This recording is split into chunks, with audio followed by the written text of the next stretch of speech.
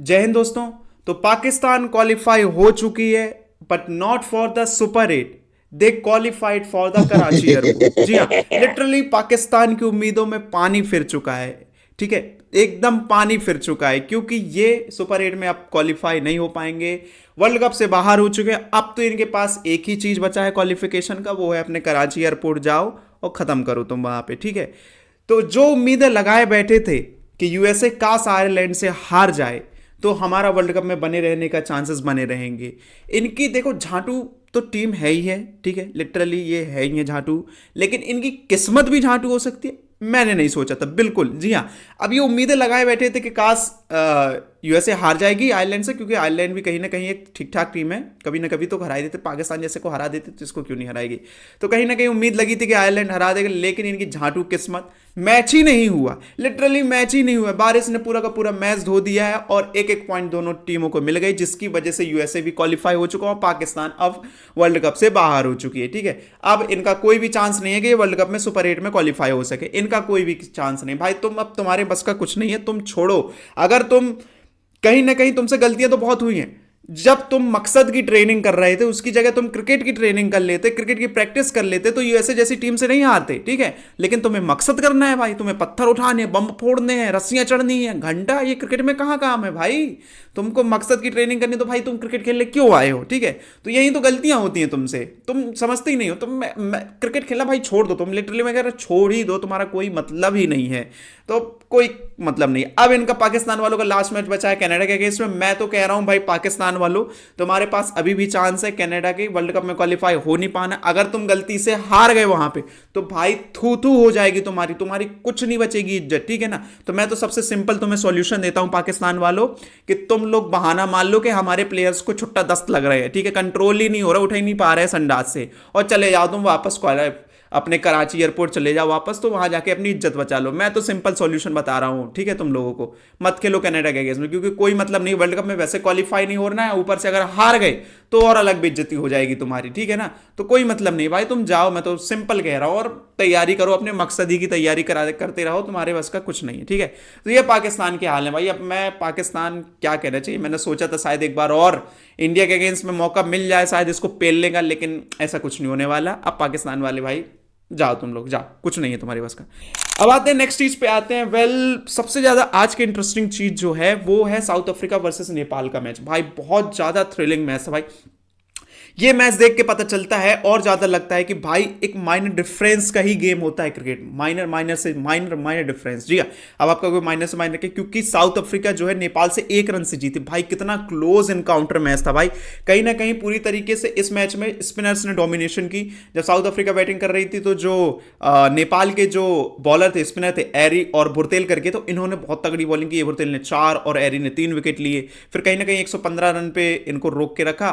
फिर उसके बाद आते हैं नेपाल की बैटिंग, तो नेपाल की तरफ से स्टार्ट होता है। जैसे ही शमशी आता है बॉलिंग करने, स्पिनर साउथ अफ्रीका का, वहां पे भी ढहने लगती है टीमें।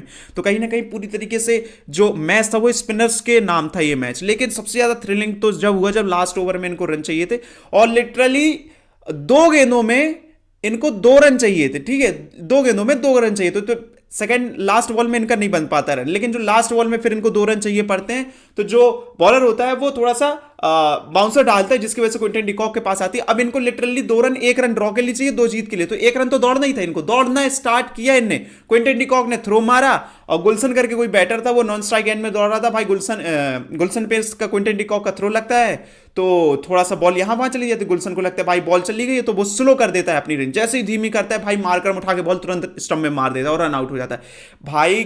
पता नहीं बेचारे की कितनी बुरी किस्मत है यार, नेपाल वालों की हिस्ट्री बनने ही वाली थी भाई, सुपर ओवर तक मैच जा भी सकता था, कहीं ना कहीं सुपर 8 में इनकी उम्मीदें बनी रहती, लेकिन भाई वो गुलशन से थोड़ी सी गलती हुई भाई, जिसकी वजह से पूरी टीम को खामियाजा भुगतना पड़ा भाई। स्लो नहीं होना था भाई, तेरे को स्लो नहीं होना था भाई, पूरा रन कंप्लीट कर लेता भाई तो ड्रॉ हो जाता, कहीं ना कहीं तुम भी बहुत अच्छा कर सकते थे। बहुत अच्छा मैच हमें कहना चाहिए, नेपाल बहुत अच्छा खेला, और कहीं ना कहीं इस मैच में थोड़ा सा मिडफील्ड बहुत हमें देखने को मिले, तो कहीं ना कहीं इंप्रूवमेंट की जरूरत है और ज़्यादा नेपाल की तरफ से भी, और साउथ अफ्रीका की तरफ से तो थी नहीं, वैसे लग नहीं रहा मेरे को, वो तो इंप्रूवमेंट करते ही रहेंगे, कभी कभी हो जाता है। तो कहीं ना बहुत अच्छा खेले, लेकिन नेक्स्ट टाइम तुम और भी ज़्यादा अच्छा कर सकते हो। अब आते हैं नेक्स्ट स्टेज पे, न्यूजीलैंड। न्यूजीलैंड पहले ही मैच जीतने में कामयाब हुआ इस वर्ल्ड कप में। जी हाँ, पहला मैच जीतने में कामयाब हुआ। ओमान के अगेंस्ट में मैच हो रहा था इनका, जिसको 40 रन में ही बुक कर देती है न्यूजीलैंड।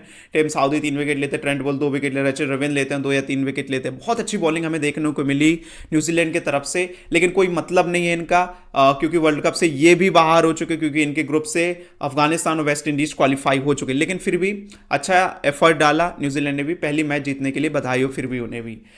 अब आते हैं मेन चीज पे कि अब ठीक है भाई, ये सब तो चलेगा, ठीक है। अब सुपर 8 की टीम बताओ भाई। सुपर 8 की टीमें तो अब कंफर्म हो चुकी हैं, हाँ ऑलमोस्ट कंफर्म हो चुकी है। सिर्फ एक पे डाउट है, स्कॉटलैंड और इंग्लैंड पे, बस बाकी सिर्फ कंफर्म हो चुके। तो ग्रुप 1 जो है उसमें इंडिया, अफगानिस्तान, बांग्लादेश और उसके अलावा ऑस्ट्रेलिया है उस ग्रुप में, ठीक है। जो ग्रुप 2 है उसमें West Indies, USA, south Africa, ये 3 कंफर्म है। चौथी जो होगी इंग्लैंड या स्कॉटलैंड में। तो इंग्लैंड स्कॉटलैंड में मेरे को मोस्ट प्रोबेबली चांस लग रहे हैं इंग्लैंड के ही, क्योंकि जो स्कॉटलैंड का मैच होने वाला है वो ऑस्ट्रेलिया के अगेंस्ट में होने वाला है, और जो इंग्लैंड का मैच है वो नमीबिया के अगेंस्ट है। तो इजी मैच है इंग्लैंड के लिए। लेकिन अगर इनकी भी किस्मत पाकिस्तान जैसे झांटुओं जैसे नहीं हुई तो गड़बड़ हो जाएगा भाई, क्योंकि अगर स्कॉटलैंड और ऑस्ट्रेलिया का मैच धुल जाता है बारिश की वजह से तो स्कॉटलैंड क्वालिफाई हो जाएगी। जी हाँ, स्कॉटलैंड क्वालिफाई हो जाएगी, वो इंग्लैंड क्वालिफाई नहीं हो पाएगी। ये दिक्कत हो जाएगी इंग्लैंड के लिए। तो कहीं ना कहीं मैच होना जरूरी है स्कॉटलैंड और इसका, और इंग्लैंड का भी बहुत जरूरी है। बारिश की वजह से धुलना नहीं चाहिए, वहां जीतना बहुत ज्यादा जरूरी है। स्कॉटलैंड ऑस्ट्रेलिया का होना जरूरी है। ऑस्ट्रेलिया कहीं ना कहीं हरा ही देगी, क्योंकि स्ट्रांग है भाई। ऑस्ट्रेलिया के अगेंस्ट तो कोई भी नहीं चल पाता, इवन इंडिया तक तो बड़ी मुश्किल रहती है।